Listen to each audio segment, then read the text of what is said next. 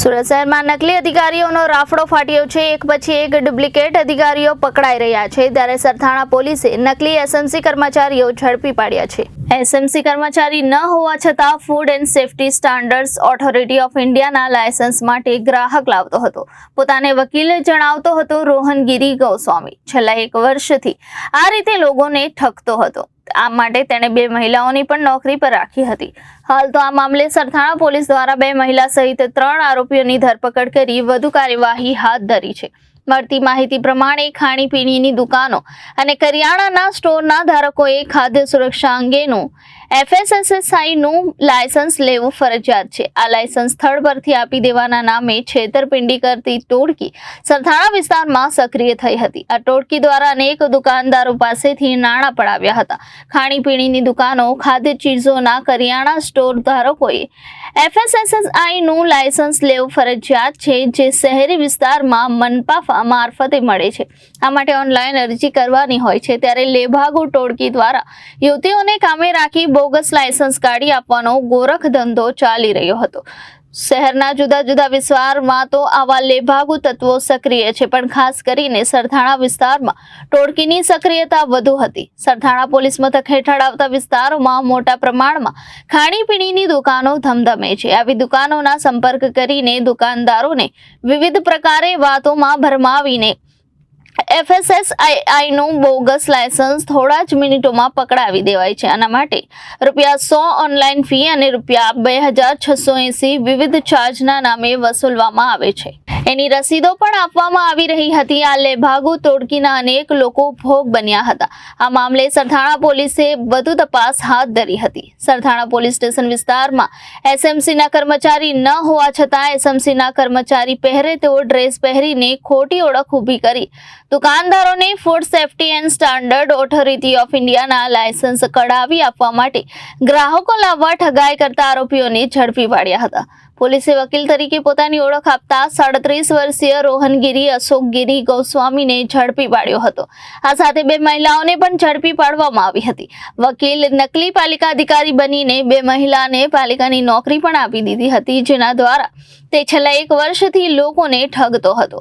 FSSAIના લાયસન્સના નામે નાણાં પડાવતી ટોળકી દ્વારા 2 યુવતીઓને કામ પર રખાઈ હતી। તેને મનપાના આછા ભૂરા રંગનો ડ્રેસ આપવામાં આવ્યો હતો, એટલે જ્યારે પણ આ યુવતીઓ દુકાનદાર પાસે પહોંચે ત્યારે એના ડ્રેસ પરથી એવું માની લે કે આવેલી યુવતીઓ મનપાની કર્મચારીઓ જ હશે। આ યુવતીઓને FSSAIના લાયસન્સ વિશે જાણકારી પણ અપાઈ હતી, જેથી કરીને તેઓ દુકાનદારને ભોળવી શકે।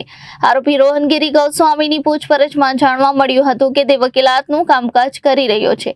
છેલ્લા 1 વર્ષથી તે સરથાણા વિસ્તારમાં લોકોને ઠગવાનું કામ કરી રહ્યો છે। આ મામલે તેણે 2 મહિલાઓને પાલિકાની નોકરી પણ આપી હતી, જેમાંથી એક મહિલા તેની સાથે 1 વર્ષથી કામ કરતી હતી, જેનો પગાર ₹18,000 હતો, જ્યારે અન્ય એક મહિલા 6 મહિનાથી કામ કરતી હતી, તેનો પગાર ₹12,000 હતો। અત્યાર સુધીમાં આ ટોળકી દ્વારા 350થી વધુ બોગસ લાયસન્સ કાઢી આપવામાં આવ્યા છે। એક લાયસન્સ માટે 2600થી વધુ રૂપિયા લેવામાં આવતા હતા। લાયસન્સ મેળવવા માટે ઓનલાઈન અરજી કરવાની હોય છે, જેની ફી માત્ર ₹100 હોય છે।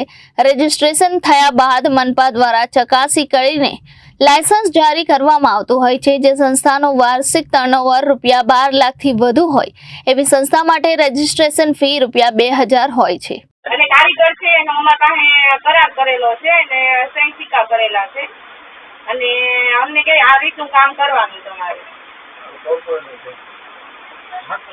અરે કાર કાઢવાના ન હોય, અમારા ફૂડ લાયસન્સ છે એ ચેકિંગ કરવાનું હોય કે જો હા અમે ઉઘરાણા નથી કર્યા। હવે એ સાહેબ ને અહીંયા બોલાવીએ છીએ, અત્યારે ફોન નથી ઉપાડતા।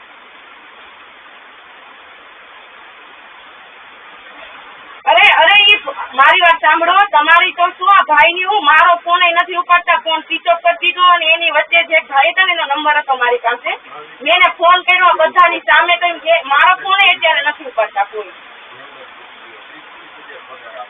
હા હા હા સમજી ગઈ હું। સરથાણા પોલીસ સ્ટેશન વિસ્તારમાં રોહન નામના એક વ્યક્તિએ 2 છોકરીઓને કામ પર રાખી અને તેઓને એવું શીખવાડેલ કે પોતે એસએમસીના અધિકારી તરીકે બહાર ઓળખ આપી અને દરેક દુકાને પોતે ફૂડના લાઇસન્સ લેવા ફરજિયાત છે, અમે એસએમસીમાંથી આવીએ છીએ અને આવું નહીં કરતાં તમને મોટો દંડ આવશે, આવું કોઈ એમની પાસેથી લાઇસન્સ માટે થઈને ડોક્યુમેન્ટ અને એ લઈ અને લાઇસન્સ બનાવવા માટેની પ્રોસેસ કરી છે. એટલે ખોટી રીતે પોતે એસએમસીના અધિકારી તરીકેની બહાર ઓળખ ઊભી કરી અને આ રીતે એ લોકો પાસેથી પૈસા લીધેલ છે. એ લોકો 2799 રૂપિયા લે છે. એમાં 100 રૂપિયાની પ્રોસેસ તો કરે છે, માત્ર ગ્રાહકો લાવવા માટે થઈ અને આ રીતે કૌભાંડ આચરેલું છે.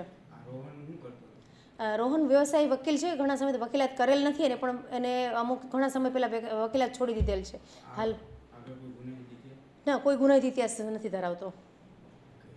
Reporter Arvind Rathod, Janadesh news, Surat.